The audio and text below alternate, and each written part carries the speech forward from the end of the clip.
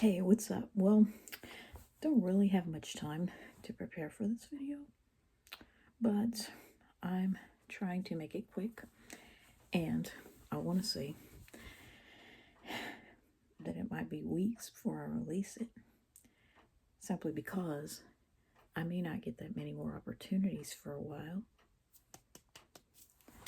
and, well, I don't want to disclose why that is.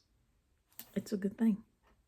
But I want to say, first of all, I swear this weather is just so unpredictable. One day I'm dressed for summer, the next day it's like I gotta bundle up again. So, may as well just have layers of clothing. Well, this video ain't about the weather, but I must say that, the one thing, if I could isolate the one thing I hate the most about Texas, it was the unpredictable weather. Well, guess what? We have the same unpredictable weather here. Yeah, it's like this place is basically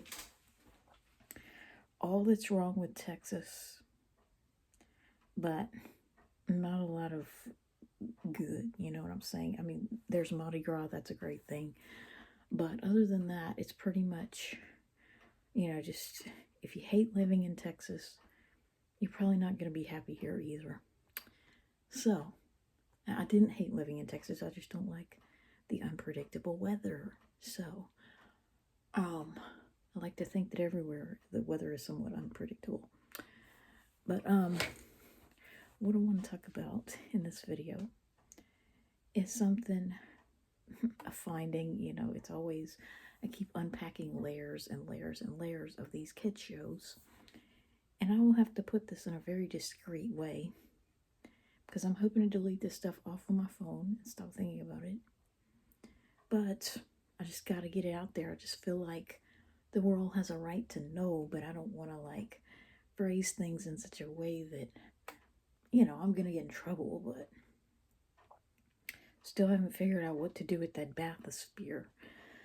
But I'm just finding, there's just so much, there's so much the same.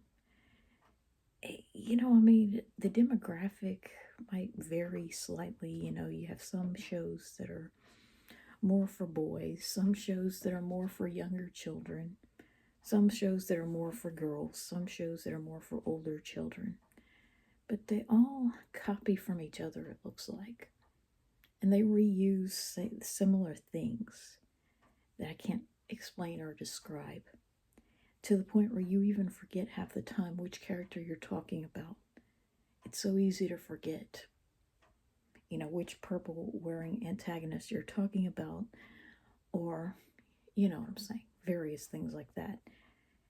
And they even reuse names sometimes for completely different characters on different shows. It's almost like they say, I like that name. I'd like to have a character named that. And so you can't even find stuff easily on, one specific character without typing the name of the show as well. You know what I'm saying? So what I wanted to say in this video, probably end up being too long, is I want to say that while not as much, I found some evidence. That's why it's a good thing I never had any Cedric shirts or anything like that. Not that I would have ever worn, something advertising a Disney Junior outfit. But while not as overwhelming, I have found evidence in that movie that, like Angelitiki, he also did the unthinkable, the brown unthinkable, on himself at some point during that movie, and maybe even a few other TV episodes, in a very discreet way. And while I'm not going to go try to post this on TV Tropes or IMDb or anything of that sort, I kind of learned my lesson over the years.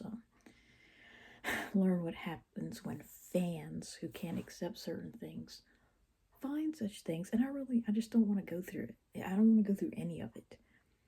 Now, I don't want to rid my life of the dolls, of the characters, but really just, I wish I could get rid of the bathysphere And I wish I could get rid of all the files on this phone pertaining to these things because I'm really exhausted, with trying to, I wouldn't say prove to the world, but reveal to the world the truth about some of these shows. When in reality, I don't even have to. I shouldn't even have to. Because there's one common denominator behind all of them. And while I know I'll probably lose subscribers once again by saying this, but this one particular Christ rejecting religion of some of the people involved in the making of all these shows. Not going to say which one it is, but what day is Easter should give you a clue. Someone born that day did, long ago. And he's like the villain of all villains. That's why I was so fascinated with him, because he was like the real life villain of villains. And so hope I don't lose any subscribers, because even that way of mentioning it could kind of make people dislike me. But I just want to say that it's just like a very common theme. And while I could never sit down with my parents and discuss this, I'd be in serious trouble if they found these videos.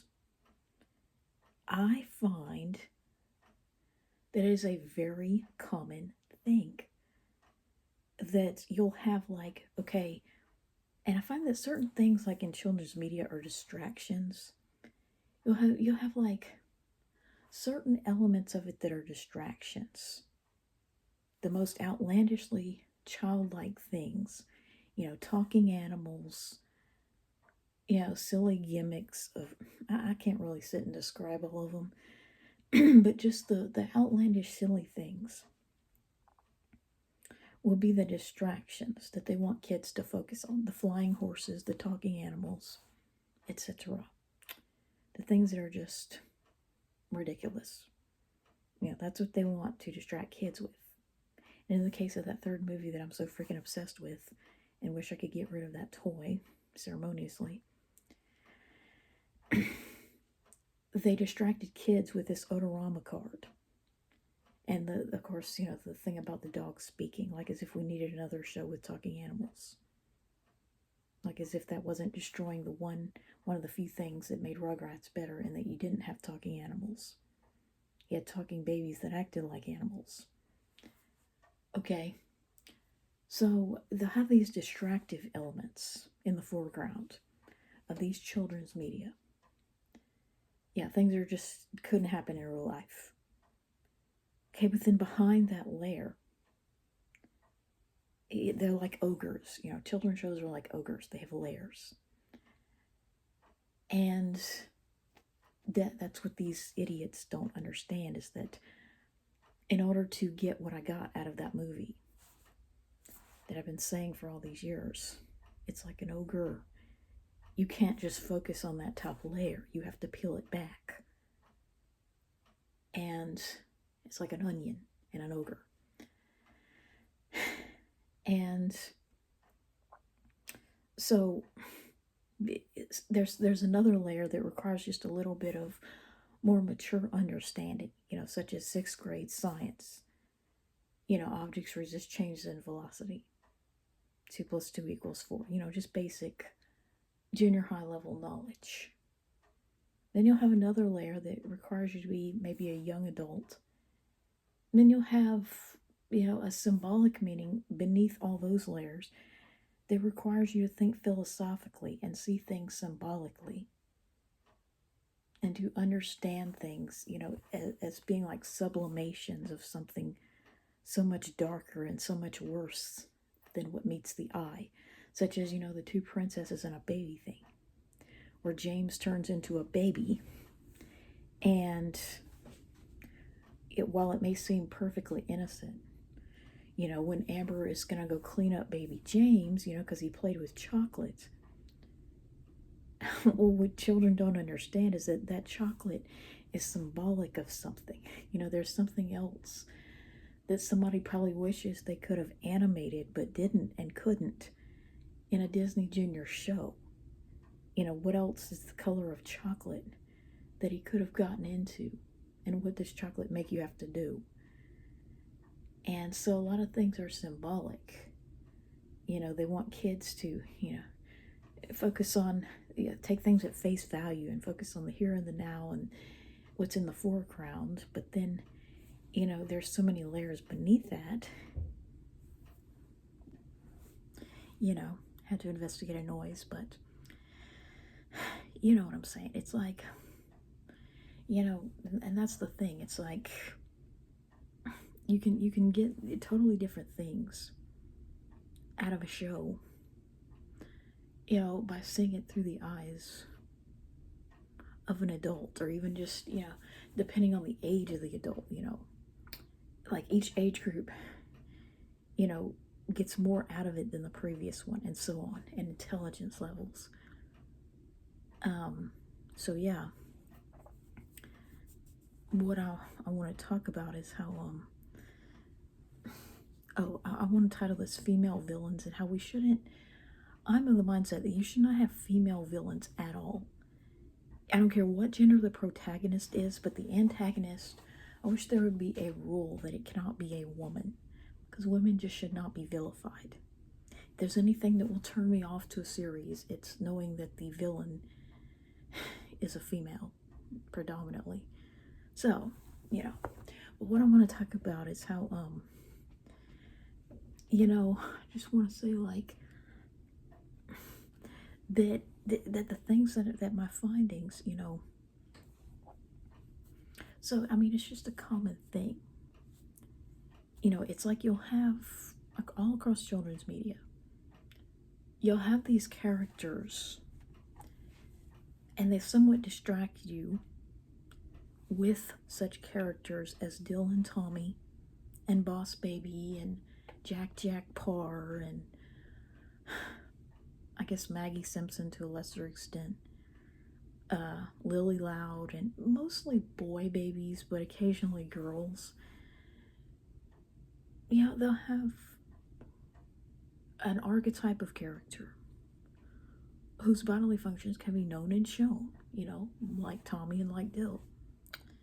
And the twins, well, mainly Phil. And so you'll have a character whose bodily functions can be a matter of public record. And I read about this in an etiquette book. How Rude by, what's his face, Alex Packer. So it's about how you get 3 years, and really I would argue that's only for males. Females don't get a full 3 years, wherein your bodily functions can be a matter of public knowledge or public record. Okay, so up to 3 years old for males, less than 3 for females by a few months, up to about the age of potty training. Your bodily functions can be a matter of public knowledge to some extent. They can be talked about, they can be shown within reason. You wouldn't show the pile of what, for anyone, but you can have a diaper bulging on a baby that's a year old and male in a show. You can show the sagging of the diaper. You can hear the farting sound as it happens. Okay, so there is up to a certain age, higher for males. I would argue about age 3 for males, maybe 2.5 for females. Wherein the bodily functions can be talked about, they can be discussed. And, but then after that, once they get to an age where, they're talking and they're not a baby in diapers anymore, they're too old for diapers, too young for Depends. And so you get to an age where it's just not acceptable to discuss their bodily functions, and nearly everyone is included in that. And nearly every character kind of fits that description to an extent. All female characters and most male characters. If they're conversing, and they're not the Rugrats, then they fit that description. Wherein their bodily functions cannot be just blurted out and talked about. Because they're not a baby, and or they're not male. Okay? And they're not an animal. So, human characters, female characters, males over the age of 3, the bodily fluids and functions are really not supposed to be, and certainly not in children's media, a matter of public knowledge. Okay, and so they have to be very careful and very discreet.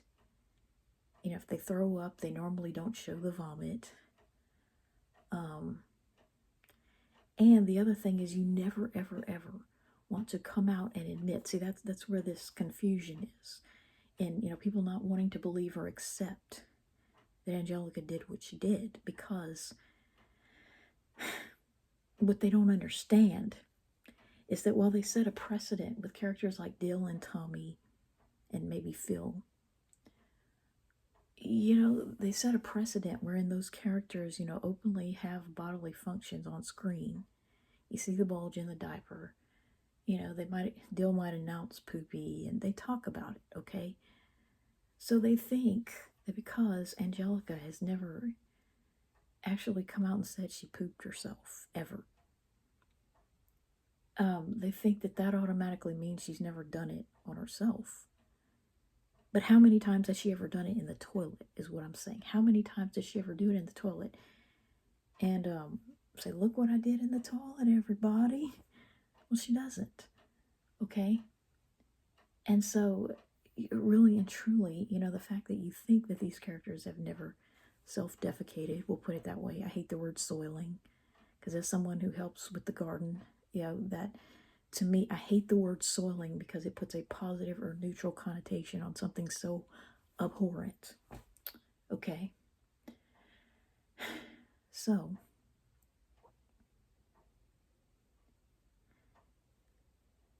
the idea that they've never done that is really a self-projection onto them as being more like you or more like someone you know in the real world. So, what I'm trying to get at is that they have to be very discreet about it. Very discreet. Because they are not allowed, just like with the vomit, they're not allowed to just barf on the screen most of the time and have the amazing stuff showing. In the same way, they are not supposed to make it obvious that they've done the brown unthinkable. Numero dos. A load of stinky. They do spawn in their pants, ever. And they're not, and for good reason. Especially in children's media. I mean, think about it. A lot of the parents who either buy these movies or let their kids watch them, these shows on TV, well, they may even be in the process of teaching their kids not to do that very same thing in real life. A lot of these kids watching those shows have done that very same thing while watching them and thought nothing of it. Okay, so why would you, if you knew that, there were like characters that should be potty trained or even adults openly doing that, or just doing that on screen, you wouldn't be very pleased with it, and you wouldn't let your kids watch it. Because one of the things you teach your child is not to do that. That only little babies do that. And because we wouldn't want young children to know that people older than 3 are doing that. They have to be very discreet about it. They can't just openly say they bleeped themselves on screen, okay? But does that mean that they never have? Well, in the sense that they're not a real person, it does. In the sense that they don't have real bodily functions because they're fictional, yeah.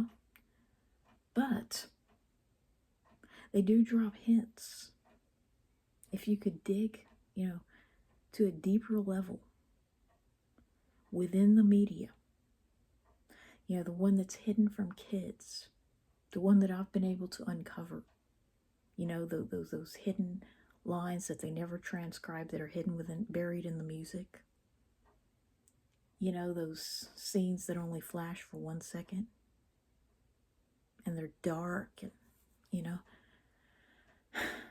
those concepts that go over kids' heads because they don't understand the laws of physics and science and biology and psychology and how people behave differently when they've done that. Those kind of things. I mean, you can read between the lines and figure things out like that. And the fact that they want to delete my contributions is all the proof I need that, hey, I'm onto something. I'm onto something when I say these things. And I really wish I didn't have to say these things. I really wish I didn't have to be that one person out there breaking the news to the world when these things happen. I don't like it. I really don't. I don't like that being my claim to fame. I don't like it. Wish it wouldn't be, but somebody's got to do it. And so what I want to talk about in this video is that I believe that Cedric, the sensational sorcerer, in all his greatness, may have done exactly what Angelica did in the third movie. At least in The Curse of Princess Ivy, maybe a few other times. And the reason why I believe this is because of, body language. The way that,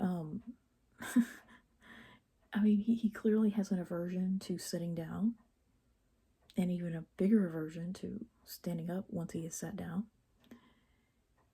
And while someone could brush this off as just a wrinkle in his robe, he appears to have a bulge when he's riding on the dragon. And, just so many things. And the fact that at the end of the movie, it's like they drop little hints that they're really just, I mean, you have to have the character under a microscope to pick up on them. Like in Angelica's case, they have the dog sniffer and bark at the end. And, of course, she's not with the others. She's not hanging out with the other kids, and she's not wanting to boss them around anymore on the cruise ship, and she's dressed differently. And, I mean, I guess you could brush that off and say, well, she just decided there was something more interesting to do, just wanted to wear a bathing suit, just had other ideas, but I honestly do believe that the whole entire movie was created to debase her. And I feel like the whole theme of the movie was just debasing her for being that, not only the antagonist in that movie, but the one she had been since the beginning of the show. It was all about debasing Angelica. And I believe that she may have been barefoot because she did it another time earlier in the movie that you don't see. That may be why she wasn't wearing her shoes. Because a part of me believes that she just wouldn't walk around a strange island with no shoes just because she wanted to. That her parents wouldn't let her do that unless she crapped her pants and it ran down her legs. That's why I think the whole movie was kind of planned around that, and that she was wearing that green skirt to hide her white dress. And I believe the same thing was true about The Curse of Princess Ivy. It was created that Princess Ivy was not really the villain of the movie. I believe that it was more to debase Cedric and Amber simultaneously. It was about debasing pre-existing villains, so to speak, as opposed to Princess Ivy. I mean, because think about it, she's only a temporary character that just vanishes with no comeuppance. So I see it as a movie that was centered very similarly around debasing Cedric, and to a lesser extent Princess Amber, for wanting Sophia's amulet. And I mean, it's just so symbolic, the way the movie ends for him. Yeah, it's so much the same, exactly as that third Rugrats movie was with Angelica. She ends the movie wearing different clothing. You know, she's not with the other kids, and she's unhappy. And her mom is asking a doctor a question to which the answer is try some cheese. Well, what question could that be?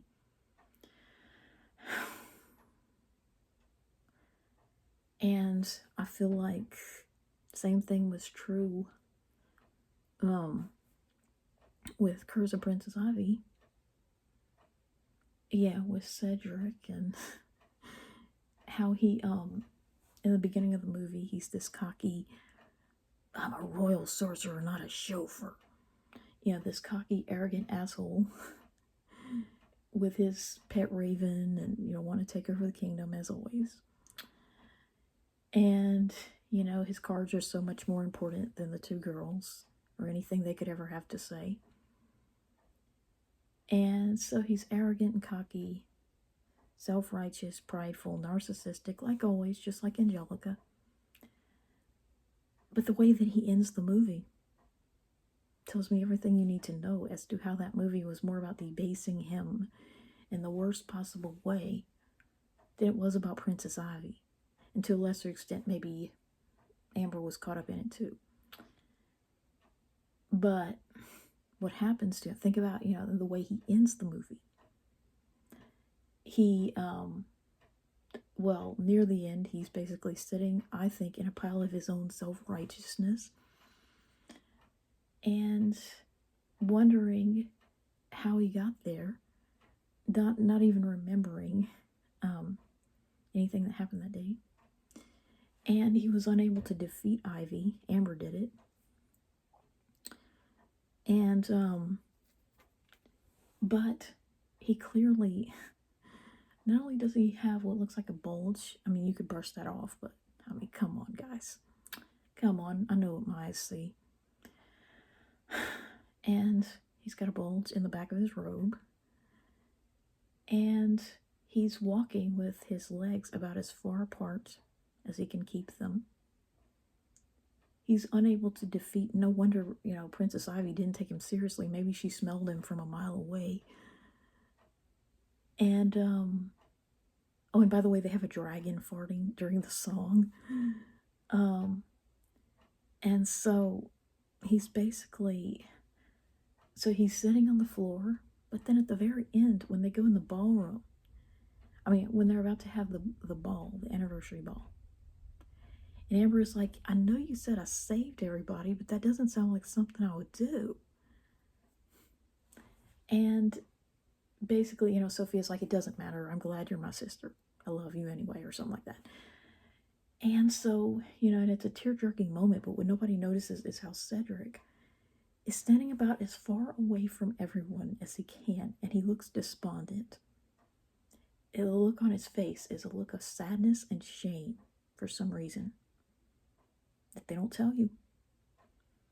And Clover almost looks like he sniffs him, and then he hops away as fast as he can. And he's standing there, you know, as far as he can stay away from everyone. And then when they go in the ballroom, guess who doesn't enter the ballroom? Cedric the Sensational. And they don't tell you where he goes, but I mean, you'd have to just kind of imagine in your mind that he just goes back to his workshop, doesn't know what happened, you know, that day, doesn't remember, you know, how he got in the predicament that he's in, but I'm sure he can smell himself and is going to change his clothes, or his pants for sure, and hopefully take a shower or a bath. And he gets to, no wonder even his pet raven Wormwood doesn't respect him. You know, maybe that's not the one and only time he ever did that. And one can only imagine that, you know, even his pet raven Wormwood gets a whiff of him and is ashamed that he's his master.